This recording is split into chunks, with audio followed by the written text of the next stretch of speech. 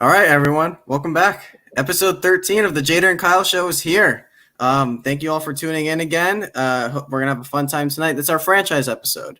We're going to be talking about the Ocean's films. Jader, are you excited to talk about the Ocean's films? No, but we'll get to that later. How you been, man? I'm good, man. Working a lot, obviously. Ready for 4th of July weekend. Yeah. I got the kiddos all weekend, so that's gonna be a lot of fun. You sound excited. Yeah, I'm tired, dude. I'm super tired, and not only that, I told you my whole eye thing. I slept with my contacts on last night, and my eye's been killing me for the past 2 hours, man. It hurts. It looks like you got punched, man. Both eyes. It does, right? See, Yeah. It's killing me, man. And all this bright. I think this has happened before, which sucks because you would think I would have learned the first time. But about 10 years ago, I used to sleep with my contacts all the time. I really don't anymore. It's just last night. I thought the curfew was yesterday, so I ended up crashing at my aunt's house, and I didn't have my the little container to put the contacts, and I didn't have my glasses on me, so I had to sleep with my contacts. So I slept with them, and every bright light that I have, it's it literally shuts the eye, and it hurts. It sucks. So, well, you mentioned the curfew, and you live in Miami. We also got another guy who's going to be joining us today. Actually, let's do this right now. And Steve, I don't know if you know this is coming. Steve's in the chat right now. Here he is. Gilberto. Come on, where is he? Come on, Gilberto. Don't do this to me, man. Perfect introduction. All right, we're off to There you go. right now. Oh, look at that. Blackout. Bert, why don't you leave and come back? We'll try this again. Anyways, what's it been like, man, with that curfew going on? I mean, it just started today, apparently. I didn't know. I thought it was live yesterday, so that's why I didn't go out. But apparently, as of 10 p.m. tonight, there's curfew. Nobody should be out in the streets from 10 to 6 p.m. 10 p.m. to 6 a.m. So that's all. Well, because Miami's been so bad with this virus, man. No one's following anything. Nah, don't tell me about it, man. It's been pretty shitty. But yeah, I don't know how. I mean, last time there was a curfew, honestly, I was same place at my aunt's house, and I mean, I don't live too far from it. I live not even maybe 5 minutes away, so it's not that bad. But that the road that I take to come to where I live to my aunt's house, it's a main road. It's a main avenue. So but I didn't see a cop in the street that night. I think it was also they were more when the curfew was it was because all the riots that were going on. Yeah, I feel like that was more towards the beach. So it was more Miami Beach and downtown and Brickell area. So I don't think we really Kendall where I live. I don't think we were really going to be affected by it. But I don't know. Now it feels different, but I feel like this is I don't know if it's a nationwide curfew that everybody's supposed to be shutting down all of a sudden. It's just Miami right now, from what I can tell. I know Arizona shut down everything again. California shut down everything again. Texas paused stuff, but Florida's full speed ahead. So that's what we got going on here. We're waiting on Gilberto. He's going to be joining us today, but today is going to be the day when we break down the entire Ocean's franchise. There he is. There he is. Hey, you guys see me now? Yeah, we can see you, man. You froze up last time. All right, perfect. So, hello, everyone. Yeah, welcome back. Welcome to the show, Bert. It's good to have you for the first time. You excited to talk about the Ocean's movies? Yes, I love these movies. This is fun. Love these. Jader's excited. Yeah, super. Yeah. Let's just get to it. Well, Bert, you want to introduce yourself to the audience for those of you, the audience who doesn't know who you are? Okay. Well, my name's actually not Bert, but it's Gilberto. I've been writing for Cinema Sports Talk for about almost 4 years now, something like that. Been doing a lot of couple press interviews here and there, a lot of advanced screenings. I have a lot of not as much as Kyle, because Kyle is the true MVP of the site. But I have a pretty decent amount of reviews and articles and throwbacks on cinesportstalk.com. And it's been fun. I mean, it's really what I love doing. I love movies. Pretty much open to any genre except horror. Working on that. One of the best. One of the best. But yeah, man, it's been fun, and doing more of these shows, especially now during quarantine and stuff like that. Put on a mask, people, please. It's not a conspiracy. Please put on a mask. Yeah, it's really not that hard. But yeah, excited to talk about oceans.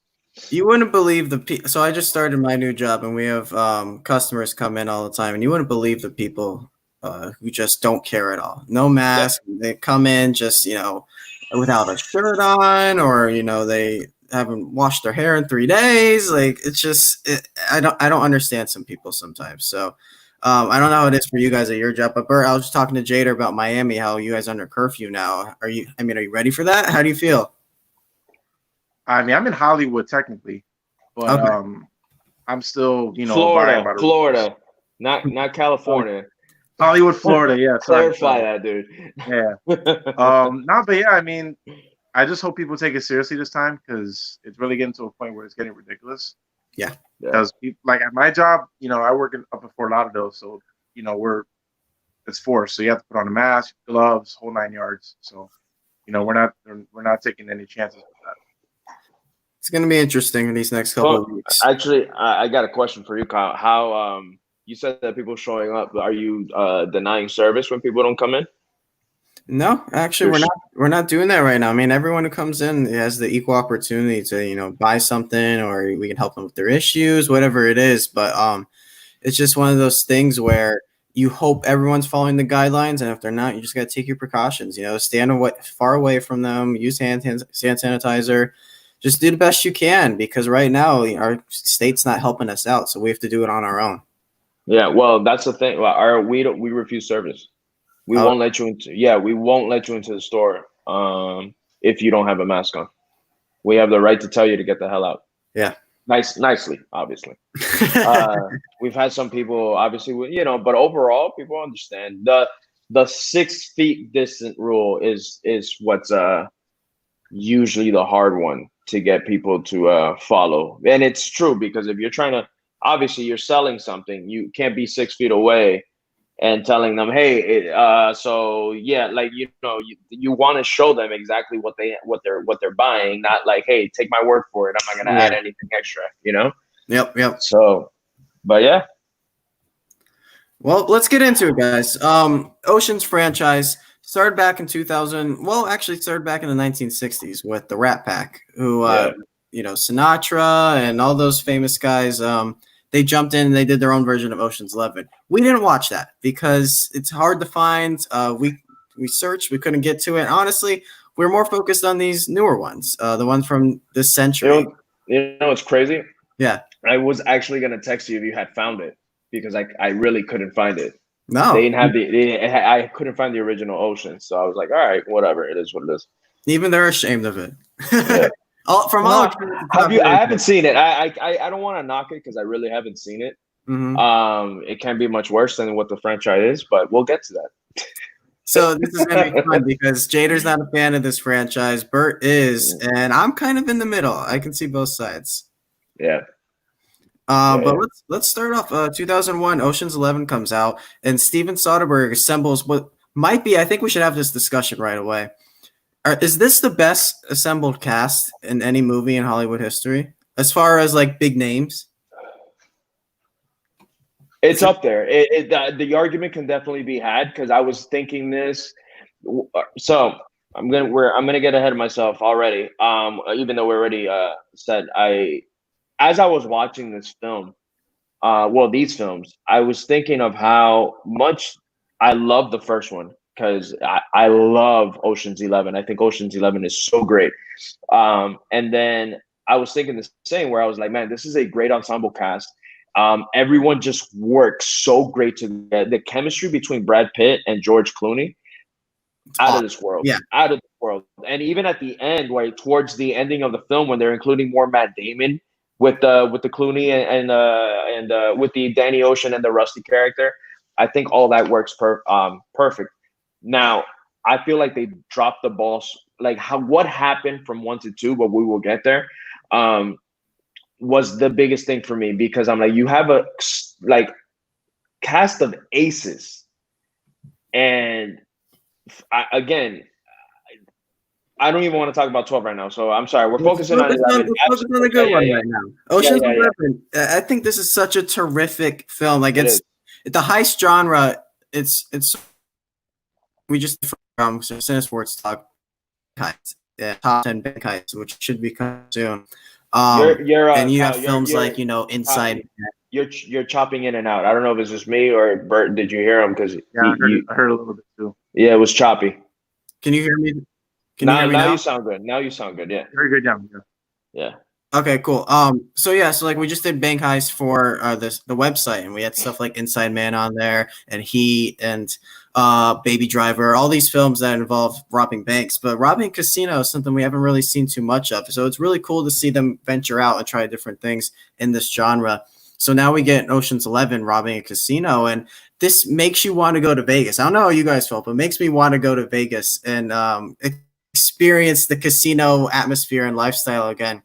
And to have George Clooney and Brad Pitt and Matt Damon and Don Cheadle and Casey Affleck and Scott Conn and all these people leading the way, it's just like it's so much of a fun experience. And I can't even imagine what it's like to write this film, to come up with all the different mechanics you got to think of in order to rob a casino. It's so interesting. But Bert, what stands out to you when you watch this film?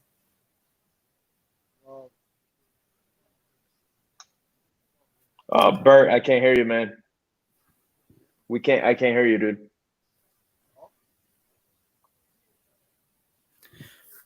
Can you hear him? No, I can't hear him. Yeah, man, I can't hear you, Bucks. I can hear you guys. There you go. No, hey, welcome back. No, sorry. But yeah, 11. For me, it's hard to say what a perfect movie is, but I can argue that 11 is almost perfect.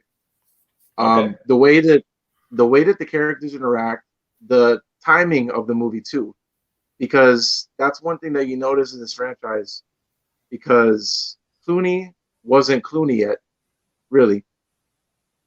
Brad Pitt was kind of still doing a couple supporting roles, coming off a Fight Club, and Matt Damon was, pretty much almost not fresh face, but he hadn't really broken out yet. Because that same year, he also does the Bourne Identity. Yeah, I was going to tell you. Well, I don't want to. I can't argue that. I can't argue that with. I can't agree. Not argue. I can't agree about that with Pitt, because again, he already had Fight Club and Seven. Those are and those are, you can argue, arguably one of his best two of his best films, to be honest with you. So, and Clooney already, he already had his ups and downs and all that stuff. He's already out of a General Hospital, right? Yeah. Matt Damon is one that I can probably get behind you, where, besides Good Will Hunting, because again, he did have Good Will Hunting before he had Private Ryan. So, there you go. So you get me? So it's one of those things where I understand what you're saying. I don't feel like, again, I don't think it's their best. But I feel like I think they were already established actors that just grabbed a bunch of other guys and just did a great ensemble piece, because it is what it is, Well, so that's sort of, but George Clooney spearheaded this thing. He's the one who got Julia Roberts jumping, which is a name we haven't mentioned, who's probably like the third billed person who should be in this movie. You grab Julia Roberts, what George Clooney does. He's able to get Brad Pitt, and then everything just starts falling into place. You cast an actor like Don Cheadle, who we'll talk about it later. Actually, we can talk about it right now. He was upset about his billing in this film, because he was supposed to be top billing. Here it is right here. Due to dispute over his billing, Cheadle wanted top billing alongside George Clooney, Matt Damon, and Brad Pitt, and he doesn't appear in the end credits because he was so frustrated by that. When he refused, he wasn't credited at all, and then Cheadle received top billing for 12 and 13. He was up there at the top of the poster. But if Don Cheadle feels like he's that big of a name, then you add him to it. You're going to throw in Casey Affleck, who wasn't a big name at the time, but he had worked with Matt Damon before in Good Will Hunting. So they knew each other. And like I said before, Julia Roberts, who's like America's sweetheart this time. This is like peak Julia Roberts right here. She's this is post Erin Brockovich. Yeah, Erin Brockovich, Pretty Woman. This is her, I don't know, it's not her peak, but We'll get to that part eventually. But so with this franchise coming in, a heist film's always fun for everybody, right? I mean, you have to. It's kind of hard to not make a heist film fun, even if everything falls apart and doesn't make sense. If they pull it off, it's still a ton of fun to watch. And I think this film pulls it off as good, if not better, than any other heist film that's really ever done it. Like Bert said, he thinks it's a perfect movie. I wouldn't go that far, but I think it's definitely one of those films that's infinitely rewatchable. Oh, yeah. Absolutely. It's a rewatchable film. And imagine, I think I've seen Ocean's 11 over 15 times easily. And with 12 and 13, this was my second time each. Like, okay. I saw, yeah. So, but more on 11, because this is the one, honestly, I'm probably not going to talk a lot about the other two, because it's just, I'll just probably have counter arguments or whatever. But with 11, when you said it was a perfect film, there's only one thing for me that kind of takes it away from being a perfect film, and it's Scott Caan's character with Affleck, where they're everywhere and people don't notice that they're in the hotel, and they're literally, they're with Saul, and then they're doing the case thing and they forget the key. Besides that, and it's not them that I have an issue with. It's more how do these guys, if Benedict is Benedict the way that he is, and he sees and knows everything that's going on in the casino, how does he not notice these guys literally with the balloons? Like the balloon incident alone, I would have been like, all right, fine, that happened. And then I would have remembered those guys, and they were always together in different suits and, different costumes and all that. That's the only thing for me where I'm like, how did these guys not get noticed? That's probably the only thing that I can tell you why this isn't a perfect film for me. But it's so damn rewatchable and so damn good that you can't argue that. But that's the only con I think I have on this film. Is that a pun right there? Huh? Yeah. Is that a pun right there? Yeah, there you go. I see what you did. Yeah. Two people I think we should bring up are people that aren't with us anymore. We just lost Carl Reiner this week, which, it's very sad to think about that. We were watching these films leading up to it, and all of a sudden Carl Reiner passes away, and it's like front and center in my TV right now. And it sucks because this guy's a legend in the comedy universe. Then. But to go to 98 is pretty significant. But in this film, specifically Ocean's 11, I think he's the heart of the film. And I think Soderbergh recognized that, because that ending scene where they're all standing against the fountain and they start leaving one by one. Carl Reiner is the last one there, and he just has that smile of pure joy on his face.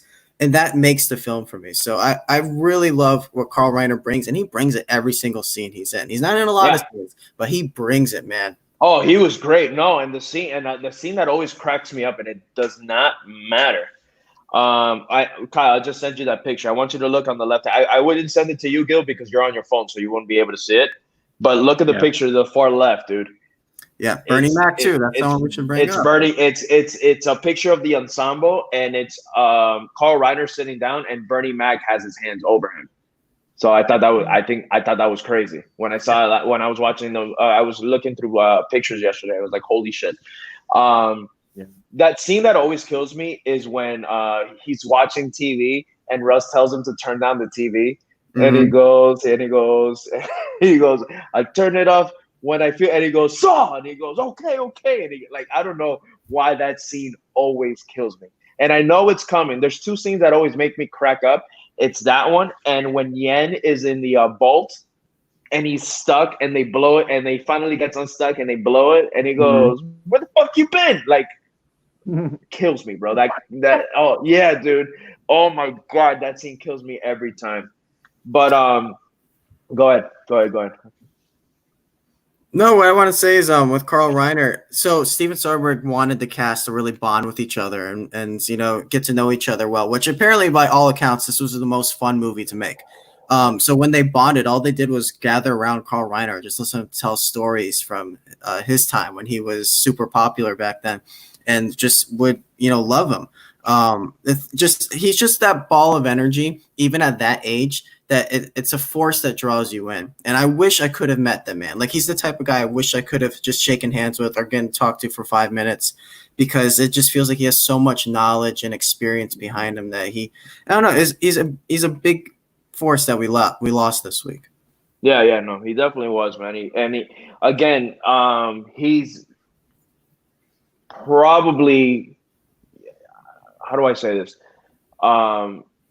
In a cast in a movie with this much power in it, you know, he was definitely probably the one that everybody was looking up to on that cast, like where they're like, holy shit, we're making a movie with Carl Reiner type shit, you know, having the power of Brad Pitt, of George Clooney, Matt Damon, Julia Roberts, you know, so on and so forth.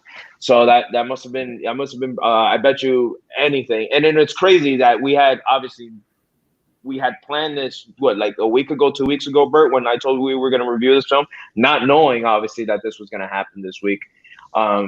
And I guarantee you those movies are getting played a lot more this week because of that, man, amongst his, you know, his other stuff that he's done.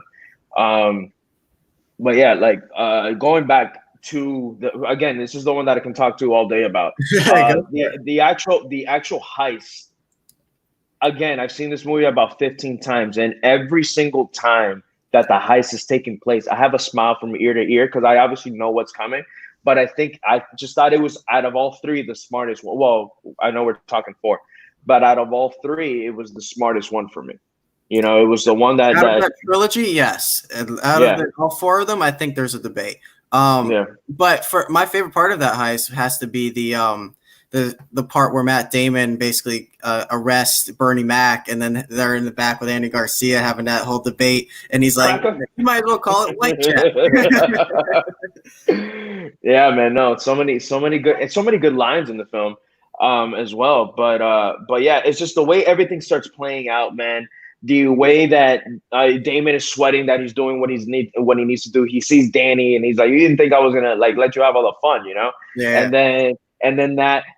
Seeing Andy Garcia being like, you know, the scary person he is when he goes run and hide, you know, and he tells them like all that. And then when he figures out the floor had changed, the Bellagio floor had changed, and that it was a duplicate, bro, it's just, oh my God, I love it, dude. I love it. Good, Bert. I think you got to get closer to the mic, dude. I don't know what it is that after, I don't know, when the camera's closer, I can hear you. Hello? Can you hear us? No. Can't hear you, Bert. Bert, let's do it again. Leave and come back, Bert. We'll try it again. All right, one second. No, now we hear you. I think he's gone. Yeah, he's gone. Yeah. Okay, this is gonna be a fun show. Yeah. But anyways, yeah, we can keep going with. I mean, Ocean's 11. Since this is the one that you want to talk about the most, someone else we should bring up is, I can't remember his name off the top of my head, but he's the small trapeze guy who. Yeah, I know his film I know his name in the film, which is Yen. Yeah. Yeah. But I forget his name as well. But he's fantastic. He's only been in 4 films his entire life, and it's Ocean's 11, 12, 13, and 8. And I think that's pretty cool that your legacy is the Ocean's films. The Ocean films, and you're and a known character at that. Yeah, you know, people like him, and I think he does little goofy things, especially in the second one, which we'll get to. You know, jumping on the bed and stuff. But when he's jumping from, like, yeah, we can hear you, man. Yeah, we can hear you. Perfect. So when he from all the platforms, trying to avoid the lasers on the bottom, you know, that's what you think of when you think of spy and Mission Impossible movies, is avoiding the lasers, and he was kind of like that surrogate to be that point. So I really liked it. Bert, what's your favorite part about this film? About you guys were talking about the first one or 12? Yeah, we're still on 11. We're still going to talk about 11. Okay. let me enjoy this.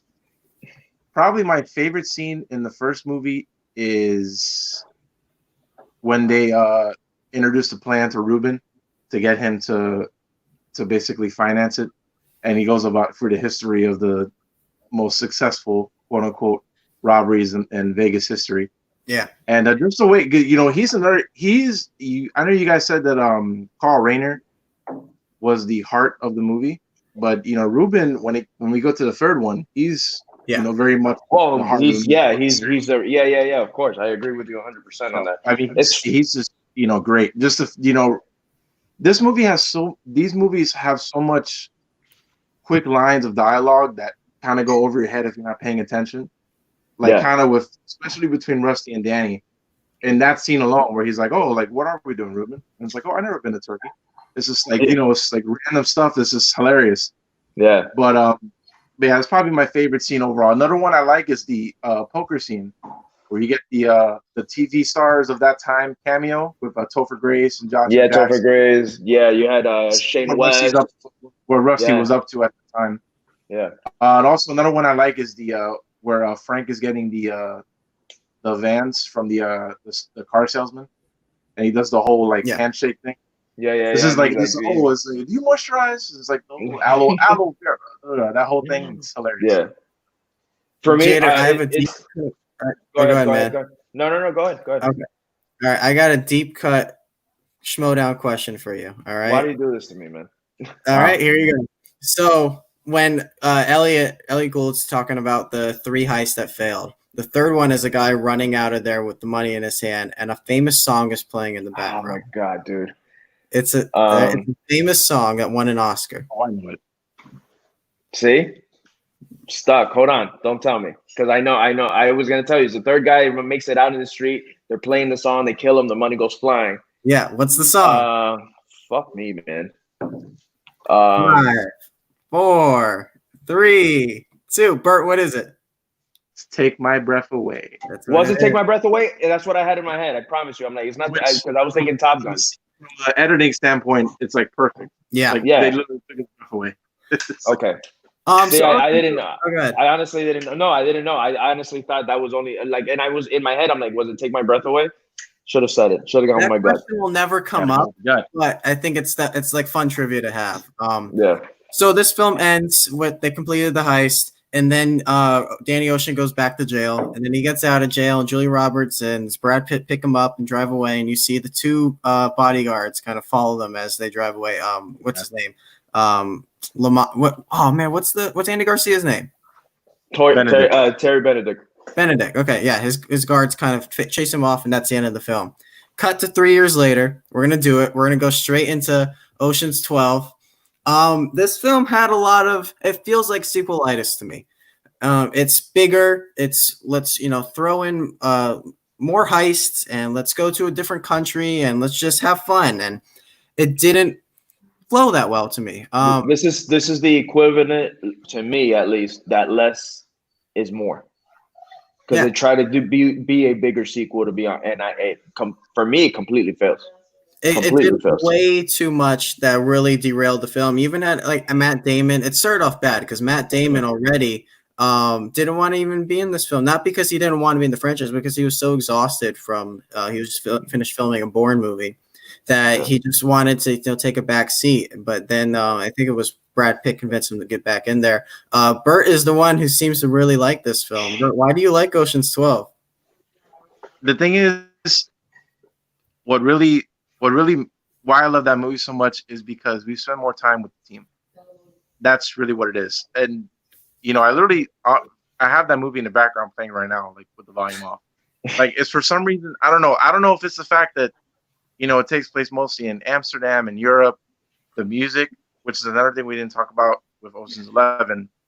Dave Holmes, who is the frequent composer for Steven Soderbergh in all his movies, does an excellent job in all of them, but specifically in the second one. Like he really kind of takes it to another level with the score, matching with the story, with everything that's going on.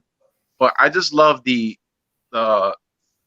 fake out in terms of the actual job that they're doing in that movie compared to the first one, because even with the first time you watch it, you don't really see it coming, because it literally builds up to the point where it's like, wow, these guys, they tried to do this, didn't work, they have a deadline, they're not going to make it, what the hell's going to happen? And then you find out they get out of it, and with the other characters, I can see, like what you said, Jader, that definitely this probably should have been a little more of a less is more kind of a movie. But I mean, I almost go back to it as much as Ocean's 11. Like, usually when I watch one, I watch the other one right away. because I just like I said, like and also too, I think it depends on you. It depends on who you love more between the two main characters. If you like Rusty more, this is Rusty's film. Movie, yeah, that's what I'm saying. If you like Rusty more, you're gonna like this movie. Which out of the two, I'm more interested in Rusty's kind of world and his kind of relationship history than Danny's. Because Danny in the first one it's not necessarily new, but it's pretty much like, I was in a relationship with her, trying to get her back. Because that's one criticism I have of 11. That even though I said it was almost perfect, the relationship between Benedict and Tess, I didn't believe it for a second. Which I don't know if that's the point, but that's the thing. But like I said, Rusty's whole arc in the second movie and the flashback scenes with him and Catherine Zeta-Jones have good chemistry together. I think they do. I don't think they didn't, and I don't think she was a bad addition to the franchise at all. I just think this movie sucks. I don't find it interesting. I actually find it super boring. That's what when you said, thank you, sir. I'm telling you that when you said you literally watch part 1 and then you can turn on part 2 right away, for me, the Ocean's movie end with 11, not including 8, to be completely honest with you, because I think that is the better sequel. I thought we'll get into that. I'm getting ahead of myself. 8 is awesome. I love 8. No. So, spoiler alert. Yeah. But part two for me, it just doesn't work.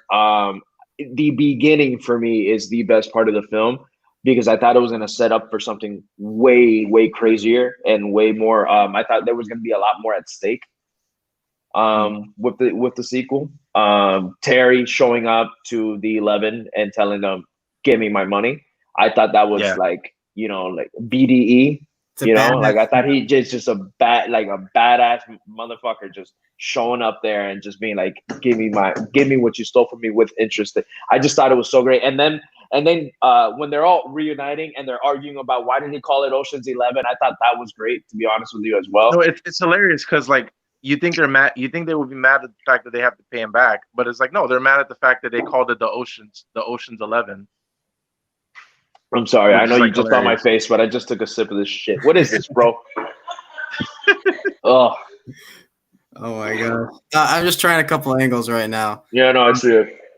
But I think this is a movie that's the parts are greater than the sum instead of the sum is greater than the parts because there's a lot of small moments in this movie that I really love. I love the scene with they're trying to guess George Clooney's age at the train station. I think that's really funny. When they put 50? Yen in the bag, 50. When they put Yen in the bag and then he gets just taken away on the bus, and they're just like, "Well, shit. I mean, I guess we'll get him when we get him." I think that's funny. And then obviously the Julia Roberts playing Julia Roberts scene with Bruce Willis is incredible. I hate that scene. That's probably the scene that I hate the most in the film. Love that. And I was going to say that. Why do you guys think that that's a good idea? I don't know. And that's what I was saying ahead of time when I was telling you that they had a great ensemble. And then in this one, who greenlit that? Why do you think that that's such a good idea? Julia Roberts playing Julia Roberts. This is so stupid to me. They set it up really good, though. Like when Matt Damon's like, "Hey, have you ever noticed that she..." Don't say it. Like, don't. Yeah. No, you never say that. Don't ever mention that. Yeah, and then it comes back, and then Bruce Willis is super pushy. Like, "Hey, did you fire? Or what happened to Mallory?" That kind of stuff. When Matt Damon's like her agent in a way, I think it's good. It also creates an Ocean's Inception. If you think about it, it doesn't make sense because if Julia Roberts exists, then that means Mystic Pizza exists, and that means that Matt Damon exists. So does Linus? Is he also a Matt Damon doppelganger? And then also, if Matt Damon exists, then so does Good Will Hunting, and if Good Will Hunting exists, so does Casey Affleck. Yeah, and it's just like it's just so many layers of. So I think it's very meta. The scene is good on the surface. But just like Inception, if you can start poking holes in it, it's going to start falling apart. So you just kind of have to enjoy it at face value. Jader, actually no, Jader's a little busy right now.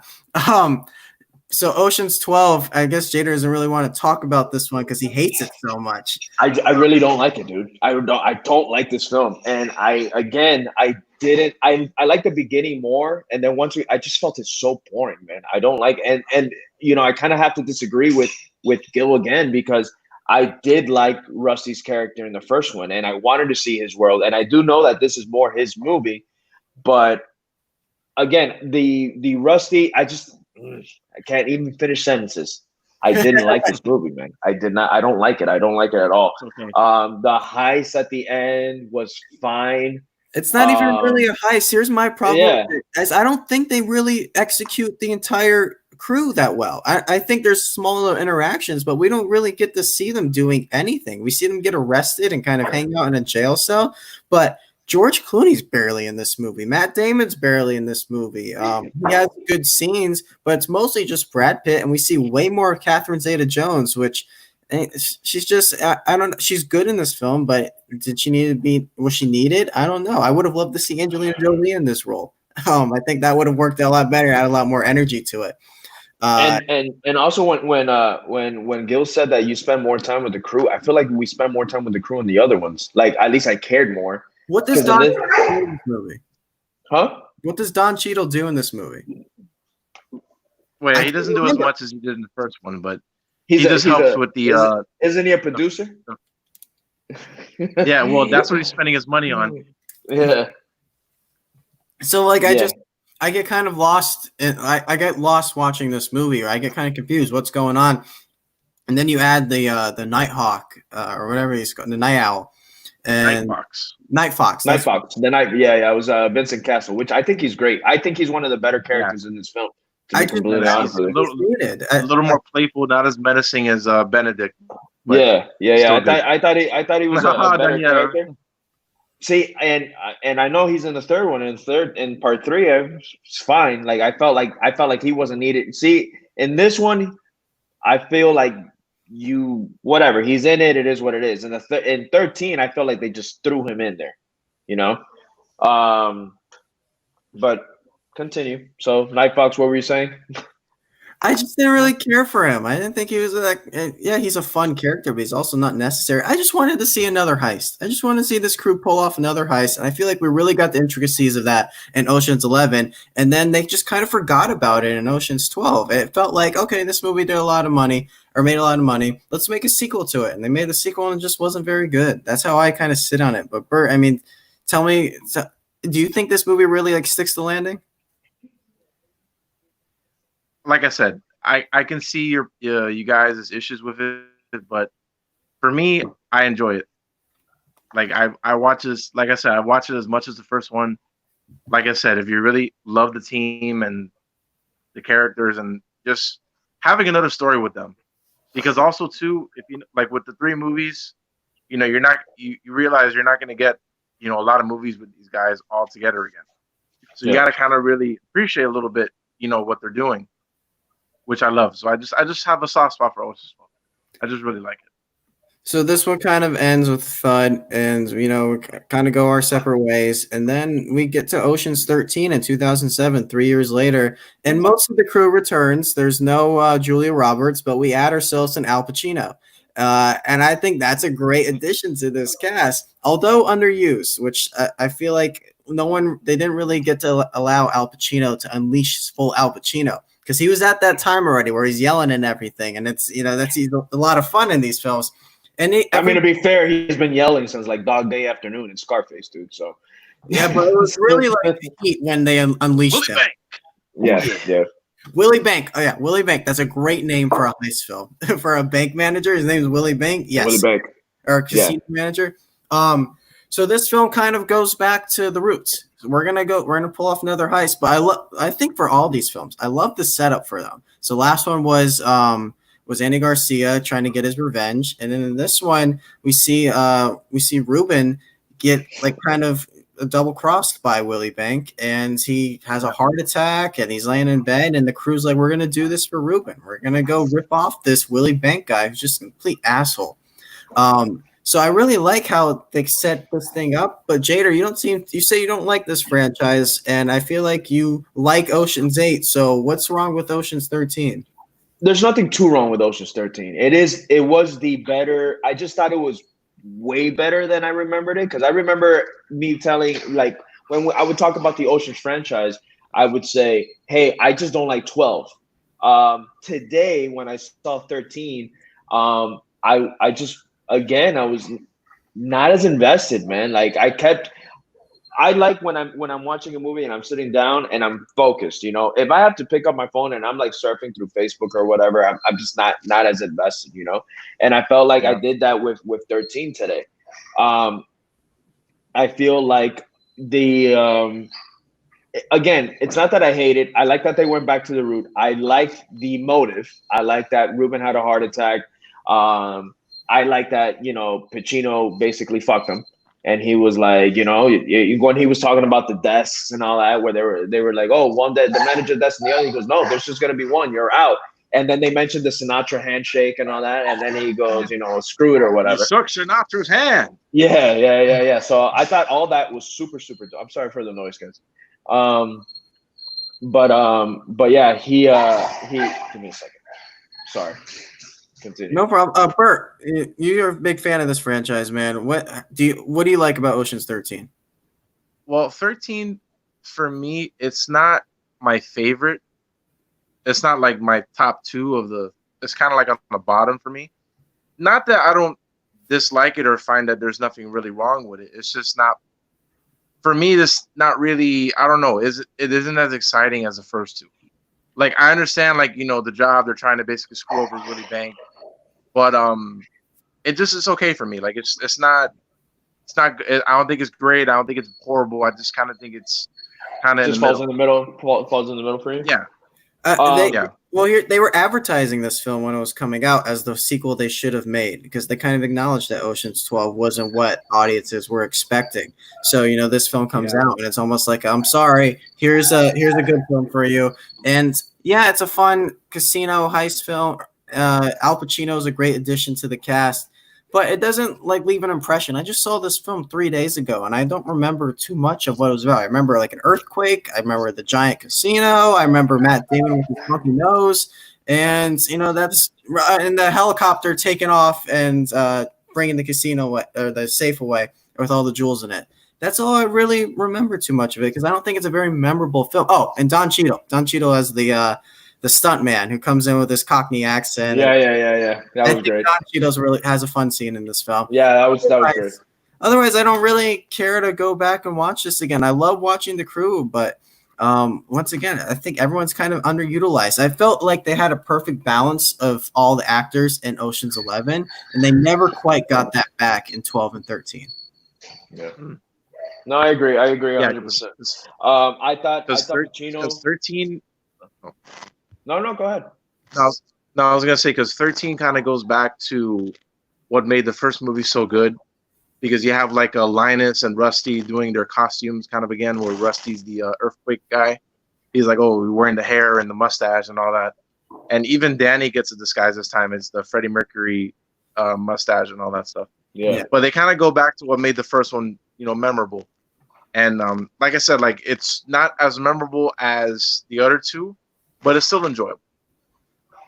It felt like they needed to make 3 films, and we kind of dragged our feet. Or we kind of stumbled at the finish line. We made it. We got past the finish line, but we didn't finish first. They crossed the finish line with 11. That's where it should have ended. I don't know about that. So this franchise ran out of steam coming off Ocean's 13, and it was 11 years later to the date of Ocean's 11, or to the date of Ocean's 13, that we got Ocean's 8. So it was announced that we're going to get an all-female version of the Ocean's franchise, and we're going to grab Sandra Bullock to lead us, followed by Cate Blanchett, Anne Hathaway, and then we're going to throw on Sarah Paulson and Awkwafina and Helena Bonham Carter and just Rihanna. And Rihanna out of nowhere decides that she wants to be in a good movie. 8 Ball, yeah, great character. And I think this movie is awesome. I think this might be, the more I think about it, this might be my favorite in the franchise, because they're almost like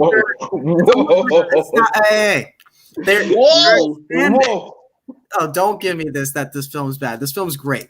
No, it's not bad. They're breathing new life into the franchise, though, because we're not just seeing the same crew that got tired. We're trying something different. Now Danny Ocean's got a sister that he never really mentioned, which is, kind of frustrating. And Danny Ocean's supposedly dead in this. But Sandra Bullock is great. She feels like she's part of the Ocean family. And she gets out of jail. The film starts just like Ocean's 11 does, with Clooney doing his parole hearing, and now Sandra Bullock's at her parole hearing. That was a nice little callback. That's a nice little callback to the person. How do you get the female version of a George Clooney Brad Pitt dynamic? We're gonna have Sandra Bullock and Cate Blanchett. That's an awesome back and forth right there, and I really like the twist of what we see later in the film. That Anne Hathaway decides she wants to be a part of this heist, and the entire time as you're watching the heist, you think she's getting conned. She's the one that's gonna get robbed, yeah, and then she jumps right back in and is a part of this heist. So I really love this film. I've seen it like 4 times now since it's been out. I think it's very rewatchable. Like the open up with Sandra Bullock going to that makeup store, and she just grabs stuff off the counters and then puts it on the counter, and she's like, "I like to return these things." And she's like, "Well, where's your receipt?" "I don't have one." "Well, we need your receipt." "Fine, I'll just take them." And she walks out with all that makeup, and then she secures herself a hotel room. I don't know. I just think this film is, very, very entertaining. I think we lost Bert, so Jader, I kind of want to let you jump in here. How do you feel about Ocean's 8? Now, after watching these two, it's fantastic. It's literally the second best in the franchise. I didn't feel that way for some reason when I first saw it. It's not that I hated it or anything like that, but I didn't find anything. When you said breath of fresh air, I didn't see anything too new besides an all-female cast. I did like crazy enough, man. I loved Rihanna in this film. I thought her character was fantastic. Yeah, she was so great in this film. Obviously, Blanchett being the Rusty. Bully being obviously, well, she is Ocean. But overall, the one thing that I did not like at first was I didn't buy the twist at the end at first. The whole that Anne Hathaway, wanted to be a part of it, so she's in on it now. I don't know why I felt like that was just kind of like shoehorned in there. Like it was just thrown to do a shock value or whatever, or to add her part of the crew for maybe future installments or whatnot. But the second time around, I really did. I think it was just because I just dreaded watching the other two. That it was, in fact, and it wasn't a breath of fresh air when I saw it when it first came out, but seeing it now, because this was honestly the second time that I saw Ocean's 8 as well. Mm-hmm. I found that like a breath of fresh air was like, oh, there's the dynamic that we got from the first one. Yes. There it is. This is the closest to 11 that we got out of the other sequels, Mm-hmm. But again, well, each character feels very unique. Like you were mentioning Rihanna as 8-Ball. That's a great character that she kind of created as that hacker character, who's I think way better than Livingston. Livingston's a good character in the first 3, but I think Rihanna's a way better version of that hacker character. Agreed. No, she was memorable. Yes. Even though Livingston was great. Mm-hmm. I want to say great either, but he was fine for the role. We got what we needed to get it, and that was that. But I remember that every time Rihanna was on screen, I was like, give me more of her. I thought her character was so awesome. Aquafina was freaking hilarious. She owns that role, and that was the first time I think that I saw her, if I'm not mistaken. Maybe I would have seen her in another film. Neighbors 2, she has a small role in, but that's in which one? Neighbors 2. Oh, that's right. Yeah. Okay, maybe Neighbors 2. No, but this is the one where she, for me, was she kind of like broke out for me in this film, because after that I was like, who is she? And then when she got casted for other films, I was like, oh, I like her. She's funny, Yeah. So, and let's not even talk about The Farewell, because she was fantastic in that. But I believe her as a pickpocket. Like I felt like that's what she's been doing her entire life, is someone who's just scamming on the streets and taking watches off of people. Like when Rihanna goes into the building as a janitor, they need that key card, and Aquafina just bumps into anyone, is able to get whatever she wants. That it feels very choreographed and ready to go. So. Who else is there? We have someone we didn't mention yet, Mindy Kaling. Kaling as the jeweler. The jewelry maker. Yeah, man. she's really cool too. Like I'm usually not a fan of Mindy Kaling's her acting work. I love her writing, but her acting I haven't been crazy about. But she feels like she's a good addition to this cast in this one. Helena Bonham Carter as the failed dressmaker, the fashion designer, it really works because you haven't seen Bonham Carter really hit her apex, which we'll get to in the 90s. With Fight Club and all the films and all this stuff, and then I felt like we kind of forgot about her. Now to see her pop back up in Ocean's 8 was really fun. And then obviously you have the 3 big name actresses, which we'll get to eventually. Bert, you disappeared for a little bit, but you're back. How do you feel about Ocean's 8, man? Ocean's 8 I like a lot. Actually, when I saw it the other day, I hadn't seen it since I originally reviewed it a couple years ago when it came out. And I remember really enjoying it, even though Sandra Bullock isn't necessarily my cup of tea. But what's wrong with Sandra Bullock, bro? Nah, it's just I don't know. It's hard to explain. But I liked her in this movie. In terms of the two, like I thought Kate Blanchett was perfect as basically like the female Rusty. Yeah. And for me, the person that stole the movie was Anne Hathaway. Absolutely. Anne Hathaway is incredible in this movie. Yes. Because I wasn't expecting her. I kind of forgot from the trailers that she was going to be part of the team until the end. Yeah. But for the whole movie, like the whole stuff where she's throwing up in the bathroom and when she's trying on the necklace, and she hams it up so well. Like, well, she has this stigma to her of being this diva prima donna, and I felt like she really played into that. She's like, oh, I hear what you guys are saying, so I'm gonna do that in this film up to a 15. I'm just gonna turn it up as high as I can. And I agree with you. She steals this film. She wins this film to me. We're not doing this film specifically, we're doing the entire franchise, but I think she's a strong contender for that, which we'll get into. She's the one that I'm always looking at. And then when she's finally part of the crew and she goes back to Claude Beckett's apartment to tie him down with the handcuffs, and she's like, you want to play a card game, and is doing all this extreme overacting, but it's for the character. It just works really well. So I'm glad she took a risk in doing this, and she almost didn't, which we'll get to in casting what ifs. So I think Ocean's 8 is I really want a sequel to this film. I don't know about you guys. I want an Ocean's 9. I want to see Danny Ocean not be dead, because he's totally not dead. He's definitely alive. I want to see. I was almost a brother and sister, a little team up heist. Yeah, I can definitely get behind that. We can get an 8, 9, and 10. I swear, at the end of the movie, I thought that he was going to show up. I was waiting for it. I was just like, he's not dead. He's still here.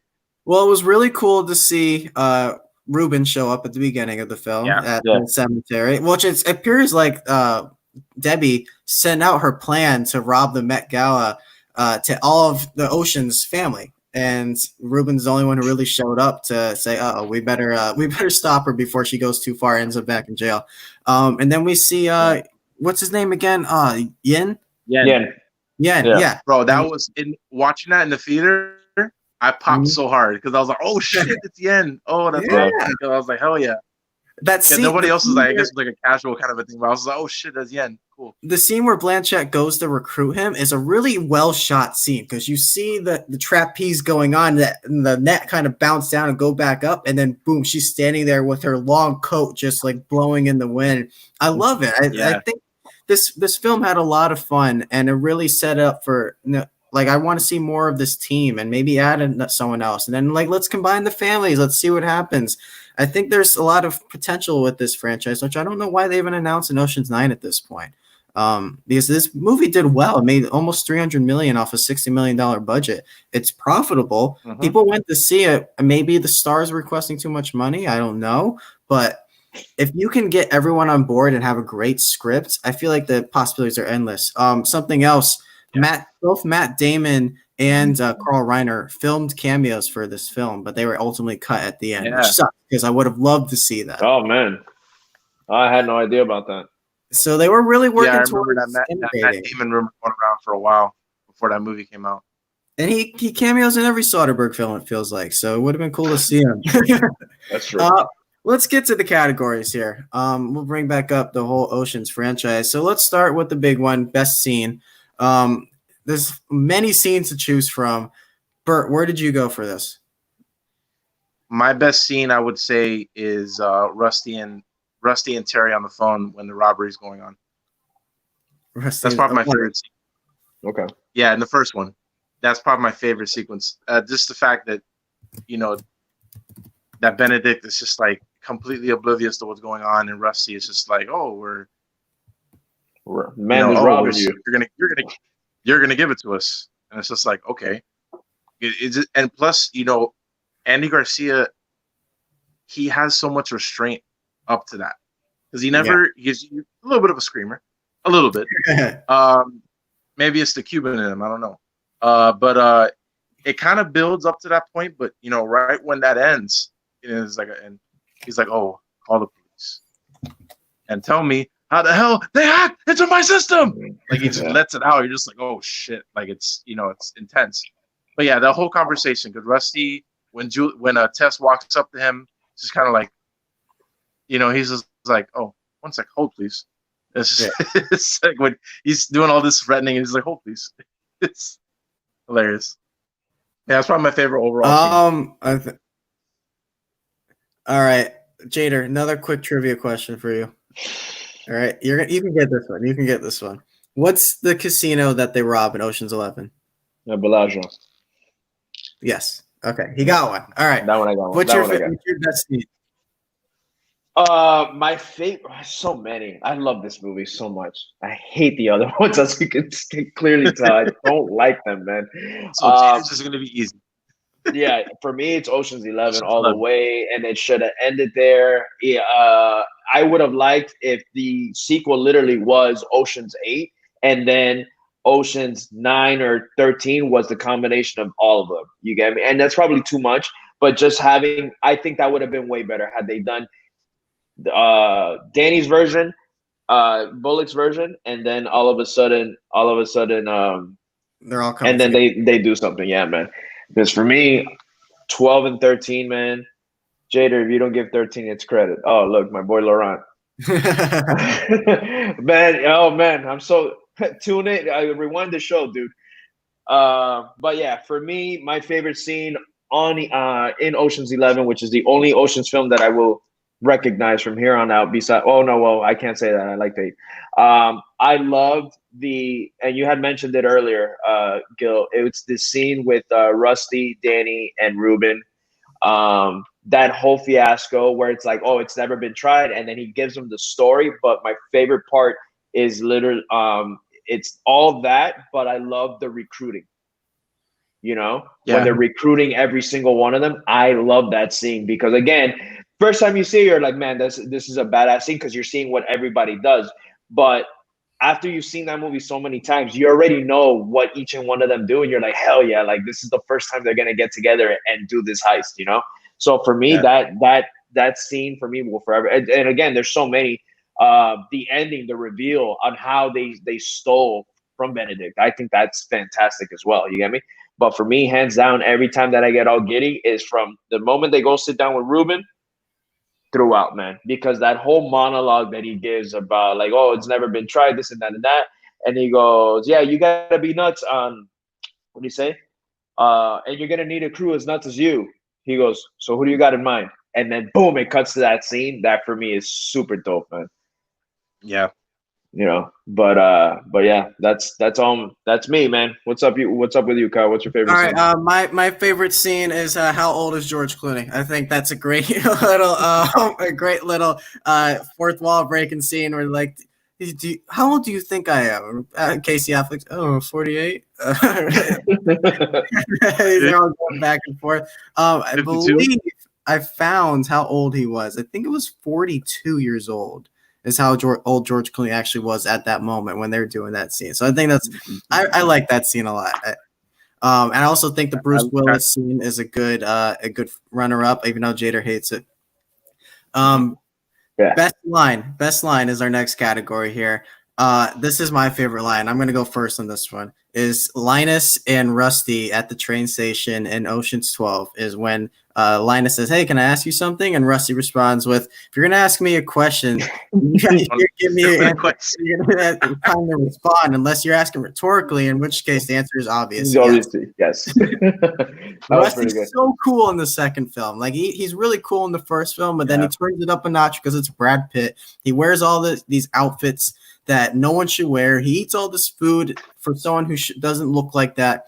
That's something we haven't talked about. That's what I love about Rusty too. He eats all the time. Yeah, he's always eating. He's always eating. Yeah, absolutely. Never gains weight. It's nothing but eating. So yeah, that's my favorite line in this entire franchise. I think the close runner-up is in Ocean's 8 when Cate Blanchett and Sandra Bullock are going through pictures of people, and she shows a guy and says, "What about him?" And she goes, "Because I don't want him. Why? Because he's a him." And why can't we have a him? And she goes, "We can't have a him because hims get seen and hers aren't. And for once in our lives, we want to be ignored." I think that's a really good introspective. Yeah, it's a powerful line. And I think it kind of gets overlooked. And it's kind of, I think this Ocean's 8 was a little too close to the Ghostbusters female reboot. And people looked at it as the same way when it's not the same at all. You shouldn't be objective to an all-female version of films that came previous. Let them have their chance, and I think Ocean's 8 proved that it can be just as good and be just as worthy in the franchise. But best line, I think that's a close runner-up for me. Jader, what do you got? For me, it comes from Ocean's 11, surprise, surprise. And it's more of a scene that works, but I don't know why every time, and I crack up every time they say this line, and it's when again, the recruiting scene where Rusty's laying down and he goes, "Oh, and Saul makes 10." He goes, 10 ought to do it, don't you think? And then he says nothing. And then he goes, "You think we need one more?" And then he says nothing. And he goes, "All right, we'll get one more." Love that shit. Love that scene. Love that line. It's one of my favorites, man. So that's mine. My favorite line is also from Ocean's 11. Surprise, surprise. Yeah. Also features Rusty. Notice something here. I really like Rusty as a character. Yeah, no shit. He's an amazing character. He's an amazing character, dude. It's when he's getting info from Linus, who has been shadowing Benedict throughout the time, and it's when the first time you see Tess in the movie. Yeah. It's when he comes down and it's like, Linus is literally like so worried and so scared. He's like, "Oh, you guys really do know how to pick him, huh?" He's like, "You scared?"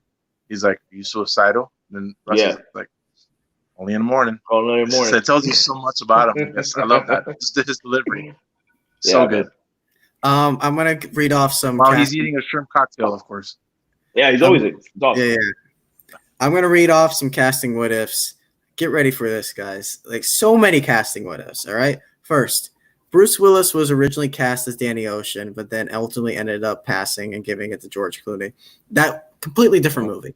If Bruce Willis and Danny Ocean, completely different movie, and then obviously you see Bruce Willis in Ocean's 12 to kind of make up for it. But I'm so glad he did not do this film because George Clooney he is Danny Ocean to me. Twice, Mark Wahlberg was originally supposed to be Linus, which is another completely different. Well, I guess they're both Boston guys, and Boston. I think it's funny you get to see the showdown in The Departed years later. But in 2004, when Matt Damon was ready to pass on this film because he was so exhausted from Bourne, they were ready to give it to Mark Wahlberg again. And then Damon ultimately ended up saying, "Oh, no, please." He came back and he did Ocean's 12 and 13. But I think Mark Wahlberg also, Bruce Willis, Mark Wahlberg film with Brad Pitt in it is a completely different film on the top. Luke and Owen Wilson were almost in Casey Affleck and Scott Cahn's part. But then they ultimately ended up having to pass to go do the Royal Tenenbaums, which Danny Glover also had to do that. He turned down Frank to go do Royal Tenenbaums instead also. So another completely different film right there. I think Luke and Owen Wilson would have been really fun as the two brothers. Just not as turned up to a 12 as those guys. I honestly think that would have worked, man. Yeah. Like in all true Soderbergh style and all that, I think that would have worked absolutely. Kyle, did you see who else was going to be originally were going to be the twins? I have one more coming up. Actually, two right now. Okay. The Coen brothers. Coen brothers are almost going to be the twins. That would have been crazy. How would that have even worked? Like they're not actors, they're directors and writers. I don't know. That would have been a weird little insert there. Let's go to Ewan McGregor and Lenny James were both considered for the role of Basher. I think that's completely different casting right there. Here's a big one. Yeah. Johnny Depp was originally in the role of Linus. Oh, yeah. And then something happened where they had to switch him out. I can see Mark Wahlberg in the role more than Johnny Depp, like way more than Johnny Depp. Even though this is 2001 Johnny Depp. This is pre-Pirates, dude. This is pre-Pirates. So, well, I mean, it's not that I can't see Johnny Depp, as I can't see Mark Wahlberg, because the character of Linus is just so. It's really more with Matt Damon, because Matt Damon does such a good job of playing weird, insecure, kind of quiet characters. Yeah. That that I feel like if Mark Wahlberg was going to play Linus, it would be completely different. Yeah, I don't think it would work, because Linus has to be that kind of insecure, quiet, kind of weird guy in the first movie, and kind of grows into what he becomes later. But I don't think Wahlberg would have worked in that the way Damon did. Got a couple more here. Ray Fiennes was in consideration for an unspecified role. I think it would have been for Andy Garcia's role, which I think he would have worked. He could have worked on that. Yeah, if it was for Benedict, yeah. Two guys were considered for Saul in Carl Reiner's part. Alan Arkin and Don Rickles both would have been amazing in this. Yeah, I was gonna tell you. I was gonna say if it's a Saul, I was gonna tell you, because I see Alan Arkin. Yeah. When you see Saul's character, you get me. But I'm glad it went to Carl Reiner. I mean, he did a fantastic job. He's one of my favorite characters in the franchise. He's actually, whenever he was on a scene on 12 and 13, I was focused. You get me? So he's one of the better characters in the show. So I can actually get that. But if you tell me Alan Arkin's going to be in it, same thing. They both work. Totally down. I got two for Ocean's 8. Elizabeth Banks was originally approached for an unspecified role. I don't know who she would have played, but I think probably Sarah Paulson's role, I feel like. But I think she would have been great as part of the team. And then finally, the big one. Anne Hathaway was not the first choice to play Daphne Kluger. She was actually this actress was actually offered the role and accepted the role at first, but had to turn it down. Jennifer Lawrence took the role of Daphne Kluger, but then scheduling conflicts with Silver Linings Playbook came up, and she passed. I love Jennifer Lawrence as an actress. I think she's very strong and underrated at this point. But Anne Hathaway is Daphne Kluger. She knew what to do with this character, and I just think Lawrence wouldn't have done the same. Yeah, I agree. I don't think she would have been able to pull that off. So that's casting what ifs. Let's go on to the Mahershala Ali Award for Best Sharpshooter. So this is the character who is only not in too many scenes, but in the scenes they're in, they leave a huge impact. Jader, you go first, man. Who's your Mahershala Ali Award winner? This is supporting, not cameo, right? Yeah. Okay, so come back to me, bro. You got a couple. Let's say you got a couple nominees. You got Carl Reiner. I think you got Casey Affleck and Scott Conn, and you got Awkwafina. I wasn't even thinking main characters, to be completely honest with you. But okay, so no, you know what? If we're doing that, I'm going to tell you right now, it's Carl Reiner for me. Yeah. Yeah. Carl Reiner for me, man. Like I said, every scene that he was in, man, I feel like he would steal the scene. Every time that he was on the screen, I was focused. I was listening to what he was saying. He was off screen. I was like back to scrolling. At least with 12 and 13. With 12 and 13, you know. I think Saul is such an amazing character, and I loved the intro in 12 when he's at the restaurant or hotel, wherever he's at, and then they're giving him his card back. Yeah. And then he goes, "Oh, well, you know, what's going on?" And then they're like, "Oh, Mr. Benedict." He's like, "Oh, Benedict." Like, he's like, "Oh, shit." I love that scene, too. I love that scene, he's a practical joker. Yeah. I thought that was fantastic, man. So, yeah, for me, it's Carl Reiner, hands down. Bert, you're going Reiner, too? Yeah. It's just in the first one, really, because his part is one of the bigger integral parts in the whole scheme. That they're doing, like especially the first scene where he gets Benedict to put his briefcase in the box, and he's like, it'll be safe in the house, safe. He's like, the house safe is brand new. Yeah, very, very, very, very good. And he's sweating like crazy. He No, plays he's that sweating. well. Yeah. I almost went with Hathaway, but I feel like she's in too many scenes to be considered for this role, so I ultimately went up with Reiner also. I for some reason I really like Casey Affleck in this and his role too. I almost went with him, but ultimately this is Carl Reiner's, and I'm glad that we're doing it this week when he's passed away to honor him. And this award definitely deserves to go to him. Let's move on to the Bill Murray Award for Best Cameo. You got a lot of cameos, especially in Ocean's 8. I think there's so many cameos. I narrowed it down to 2, and you guys might have someone different, but I went with 2. It's either Bruce Willis or Heidi Klum. Mine is Bruce Willis. It kind of obvious. Yeah, and to be honest with you, it's crazy because I don't like that movie, but I thought even though I hate that idea of what was going on, I felt like he showed up, he did what he needed to do, and it was memorable. For me, I remember obviously them doing the whole Julia Roberts thing. Mm-hmm. But for me, I was looking for, as much as I hate that idea, I like the fact what I remember the most was like, oh, but we get Bruce Willis in that scene, and I think that was fantastic. You know, because I thought him questioning every single move because he knows Julia Roberts so well. And when she's about to sign the autograph, where Catherine Zeta-Jones actually like knows it's her, she goes, "Aren't you a lefty?" And he goes, "Yeah, you are." Like, oh man. So that's who I picked for cameo. That was my pick. Is that your pick too, Bert? Well, for it's cameo, all 4 films. Remember that. Yeah, I was probably say Bruce Willis. Yeah. I like Heidi Klum's little back and forth with Sandra Bullock in Ocean's 8, and there's so many in Ocean's 8 with it. Like, you see Olivia Munn, and you see the Kardashians, and you see just so many over and over again. So they threw a whole kitchen sink at that one, but no one had like a big enough role to be considered for best cameo, I think. Jader, do you want to do this one, the Gary Oldman Award? Do you want to say it? No, you can go ahead.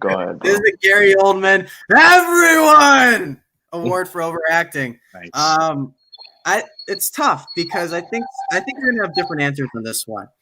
I'm tied between Don Cheadle and Elliot Gould because I think that Cheadle's accent is just all over the place, especially in the first one, and then in the other two, he even tried to get rid of it afterwards because he knew it was so bad.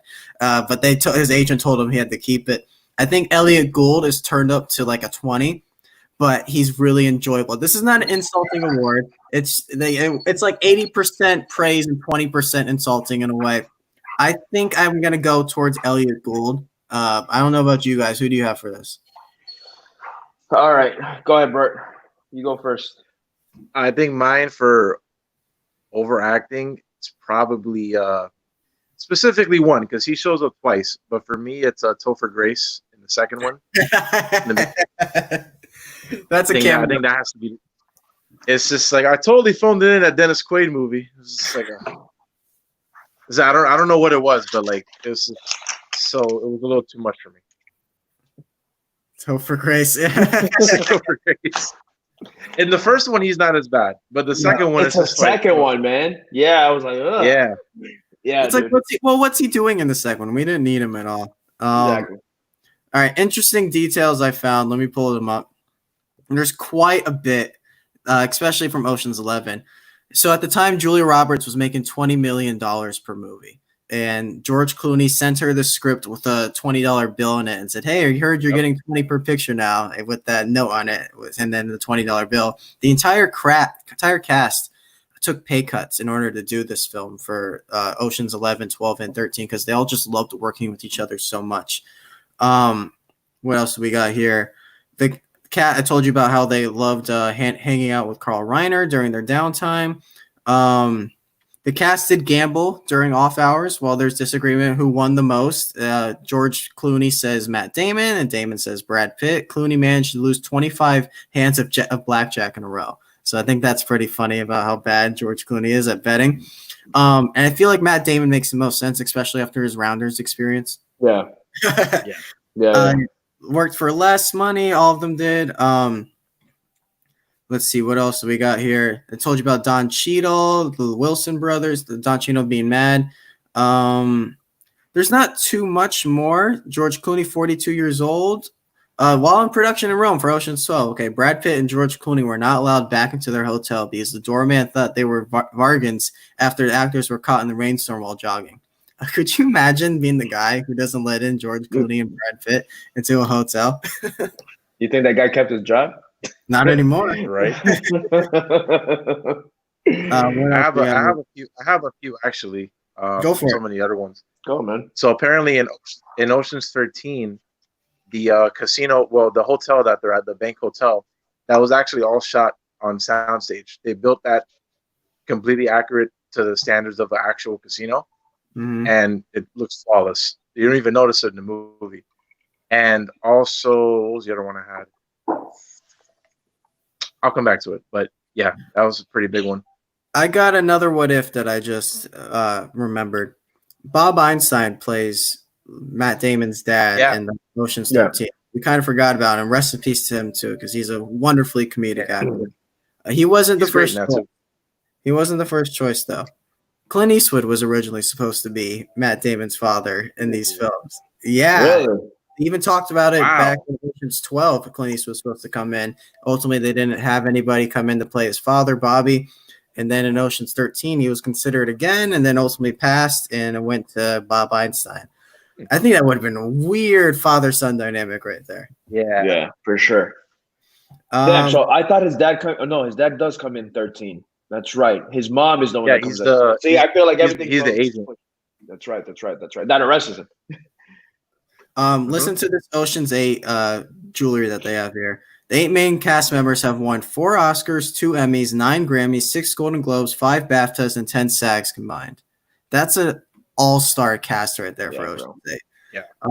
And then I can name every cameo that was in Ocean's 8 as well. Anna Wintour, Zayn Malik, Katie Holmes, Maria Sharapova, Serena Williams, Kim Kardashian, Common, Adrian Lima, Designer, Kylie Jenner, Alexander Wong, Kendall Jenner, Ira Glass, Gigi Hadid, Lily Aldridge, Olivia Munn, Jamie King, Zach Posen, Haley Bieber, Derek Blasberg, Sophia Richie, Heidi Klum, Kelly Robrook, and Lauren Domingo. That's a lot. Jesus.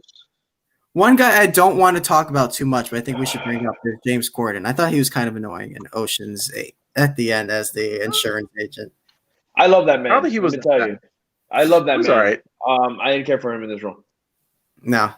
I've heard actually he kind of has that Ellen DeGeneres stigma around him too, where they're not the person they seem on camera, but that's a discussion for another day. And finally, Richard Armitage, another casting word. Richard Armitage took over the role of Claude Becker from Damian Lewis on short notice. So, wow. Damian Lewis was almost Claude Becker. So let's get to the big one. Let's get to Apex Mountain. Is this anyone's Apex Mountain in any of these films? As I think Soderbergh is the one that's definitely this is his Apex. Yeah, that was my pick for Apex. It was Soderbergh. I love a lot of his films, but nothing even like remotely close to Ocean's 11 for me. He has a lot of solid movies, don't get me wrong, but for me, this is his best film. Yeah, nobody else's, to be completely honest with you. It's not Damon's best film. It's not Clooney's best film. It's not Brad Pitt's best film. It's not even Elliot Gould's best role, because I love him as Jack Geller. Yeah, bro, that for me is his best role, dude. But here's the thing, Apex. It might be. Oh no, not even. I was gonna say maybe Topher Grace's best role because I hate him, but I loved him in Black Klansman. So here's the thing, Jader. Though Apex isn't precisely your best movie. It's like the peak of your career where you can really do whatever you want, and it's like the height of your powers. I think we can have a discussion about George Clooney. Here's why: his roles get better from here, acting wise, but he is George Clooney, the highest paid actor in Hollywood after this film. This film is what gets him there. Ocean's 11, 12, and 13. They get him there. They lead to Michael Clayton, to Up in the Air, to The Descendants, to Ides of March. All these films where he's really able to. Did he do Old Brother? He did Old Brother after this as well, right? Yeah, Hail Caesar. Like, even though that's not a good movie, this guy is doing whatever he wants. I think he's working up towards Ocean's 11 at the beginning of his career, hits his peak, and is able to do whatever he wants from here on out, all the way down. I think Clooney is someone we can have a discussion about. I don't know what you guys think. You can. I'm still gonna stick to Soderbergh. But you can't have that argument. I wouldn't argue with you if you tell me you pick Clooney. To be honest with you, Bert, what do you think?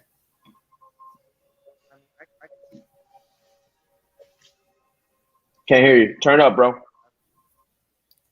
I think Gravity is a bigger kind of a general audience movie. That's not his movie. I think more people saw Gravity. But I don't think this is not George Clooney's Apex.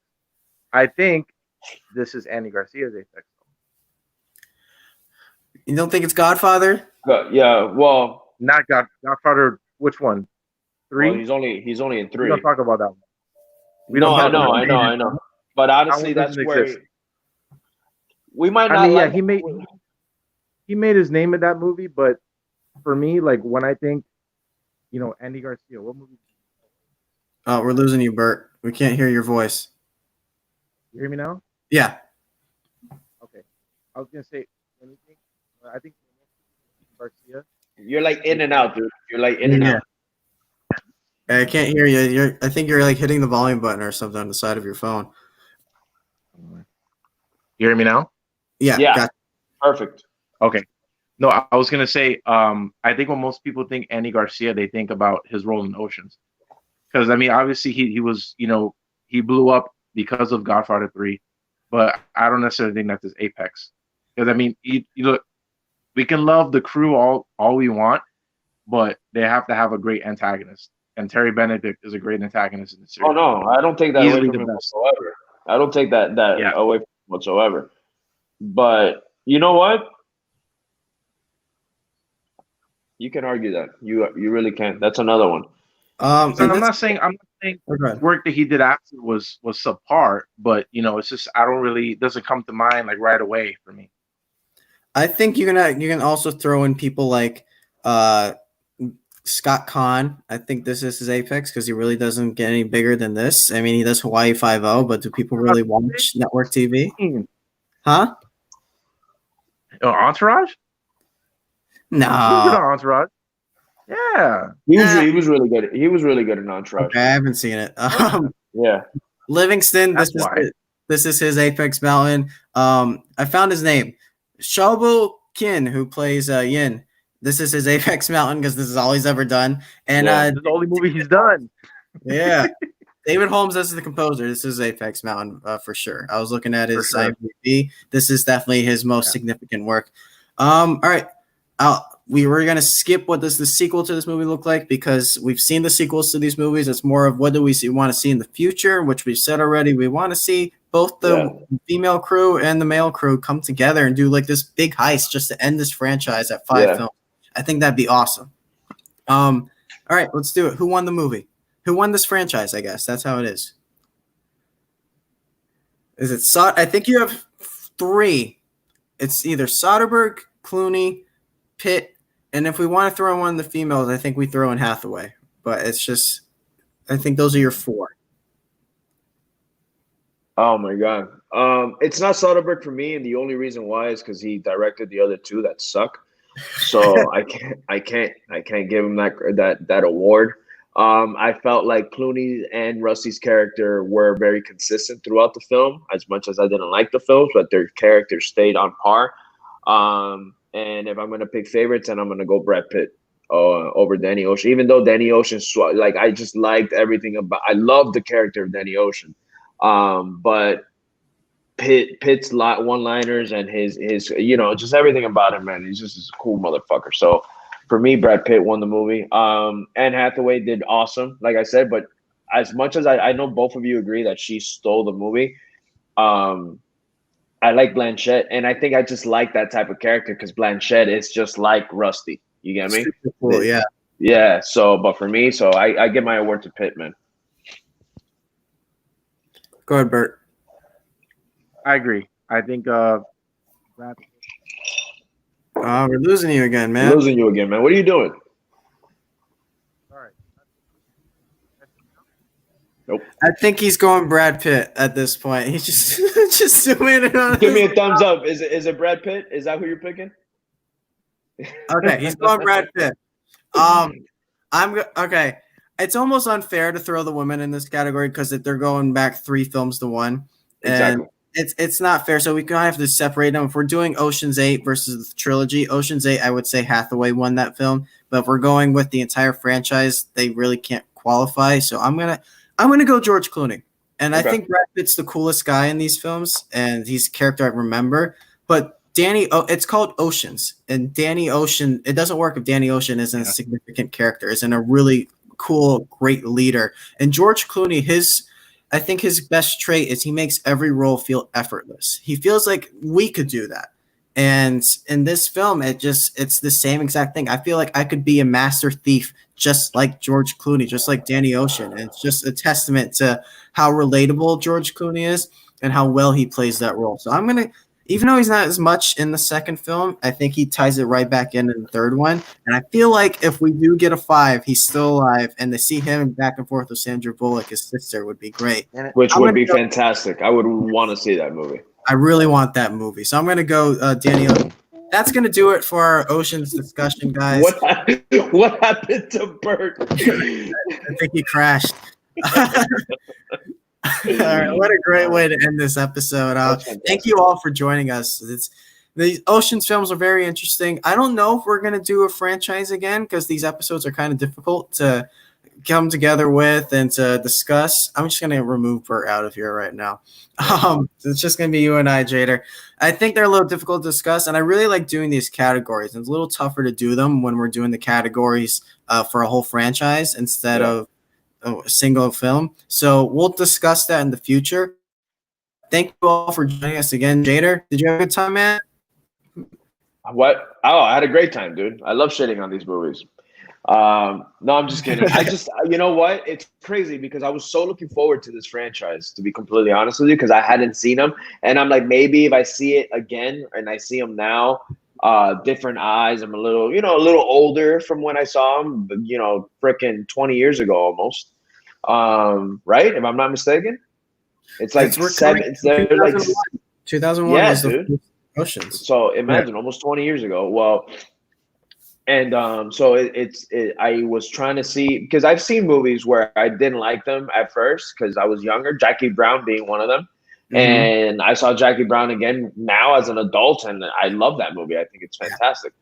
So I was hoping that I was going to have that, Jackie Brown vibe with these films, but no, they just did not hold up for me, man. They don't hold up. They didn't hold up back then. They don't hold up now. I mean, we're already here in the episode where you've heard me over and over saying that I did not like these films. So from here on out, and it's crazy because I really only do own Ocean's 11. I never bought 12 and I never bought 13. It's crazy because I thought I was gonna have I was gonna like it just a little bit, maybe a little bit more. Where I was like, all right, I didn't love it, but it's fine. It's a fine film. Nope. No. I won't. I don't care to see these movies again. I'll tell you that much. That's the thing. I'm gonna watch Ocean's 11 again. I'm gonna watch Ocean's 8 again.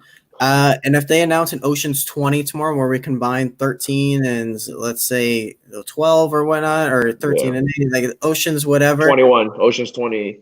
Yeah.